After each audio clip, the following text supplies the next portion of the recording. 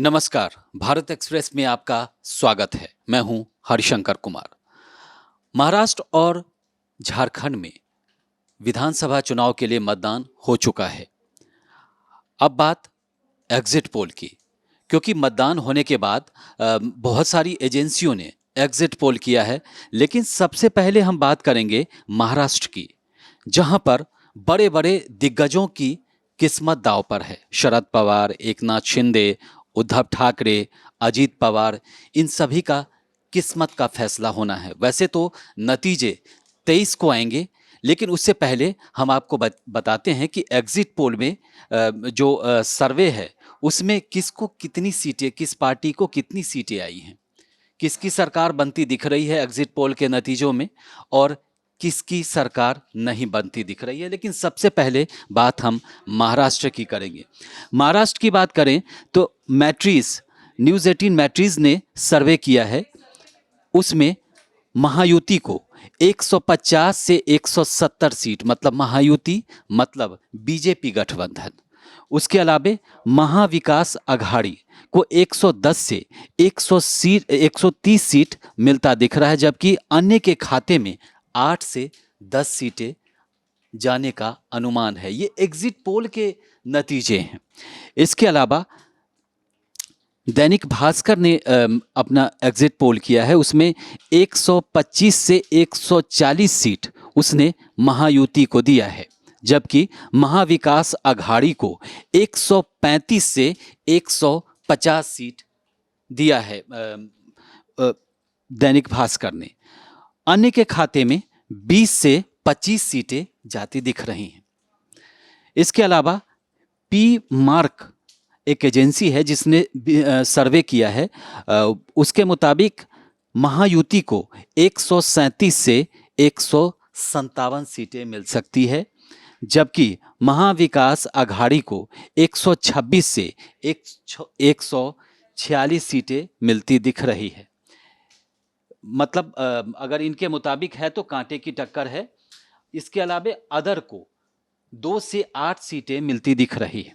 People's pulse एक agency है जिसने सर्वे में महायुति को 175 से 195 सीट, जबकि महाविकास अघाड़ी को 85 से 112 और अन्य के खाते में 7 से 12 सीटें जा सकती हैं। इसके अलावा महाराष्ट्र में सबसे बड़ा है कि इस बार चुनाव में काफ़ी तरह के मसले आए। अमूमन आखिरी दौर में क्रिप्टो करेंसी की भी एंट्री हो गई। बीजेपी ने आरोप लगाया, दो नेताओं पे लगाया। लेकिन कुल मिलाकर के अगर कंपेयरिंग की बात करें तो महाराष्ट्र का मुकाबला काफ़ी दिलचस्प रहा। एक तरफ शरद पवार तो दूसरे तरफ उनके भतीजे अजीत पवार, जो इस समय बीजेपी गठबंधन में हैं। बारामती में जहां से अजीत पवार बारामती से चुनाव लड़ रहे हैं, वहां पर भी उन्हीं के रिश्तेदार उनके खिलाफ चुनाव लड़ रहे हैं, जिसके लिए शरद पवार और उनकी पूरी फैमिली ने जाकर वोट मांगा है। और सामने कौन है तो उनका भतीजा, शरद पवार का भतीजा अजीत पवार, जो कभी एक साथ एनसीपी में थे और चाचा भतीजे ने एनसीपी पार्टी बनाई थी जब शरद पवार कांग्रेस से अलग हुए थे। इसके अलावा हम बात करेंगे, महाराष्ट्र की बात हो गई एग्जिट पोल की। अब झारखंड की बात करते हैं।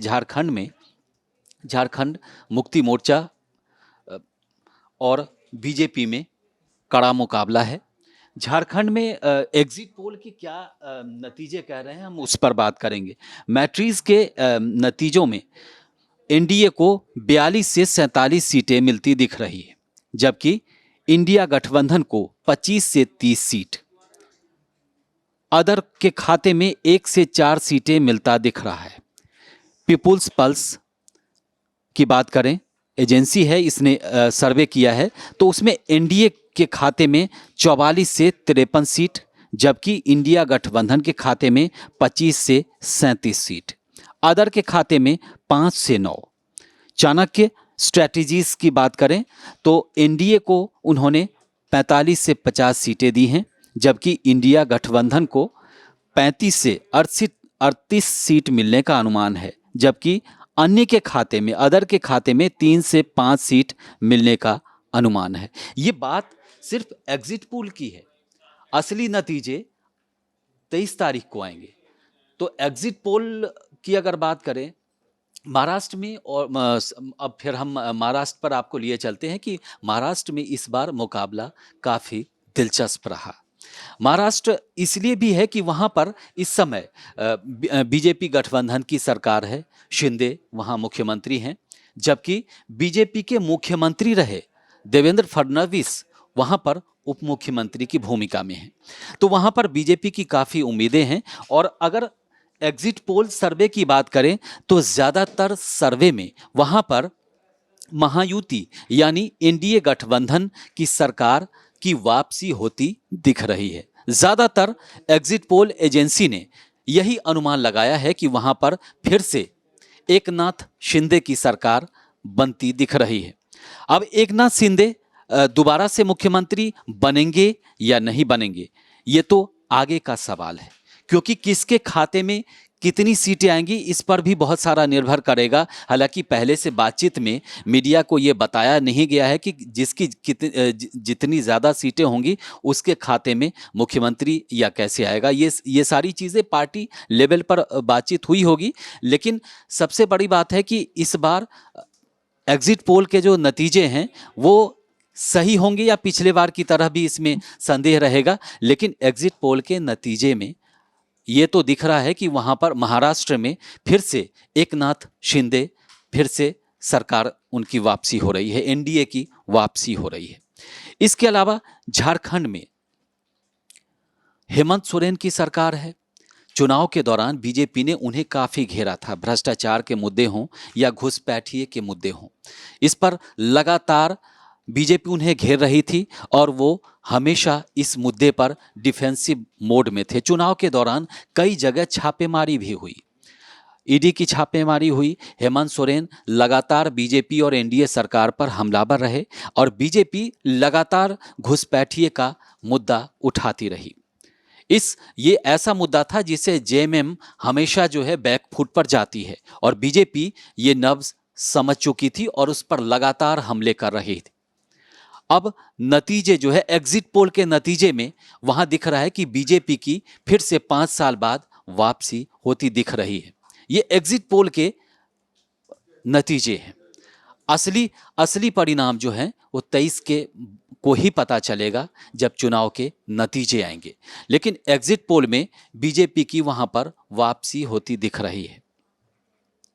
आपको हमारा ये वीडियो अच्छा लगा तो इसे लाइक कीजिए और हमारे YouTube चैनल को सब्सक्राइब करिए।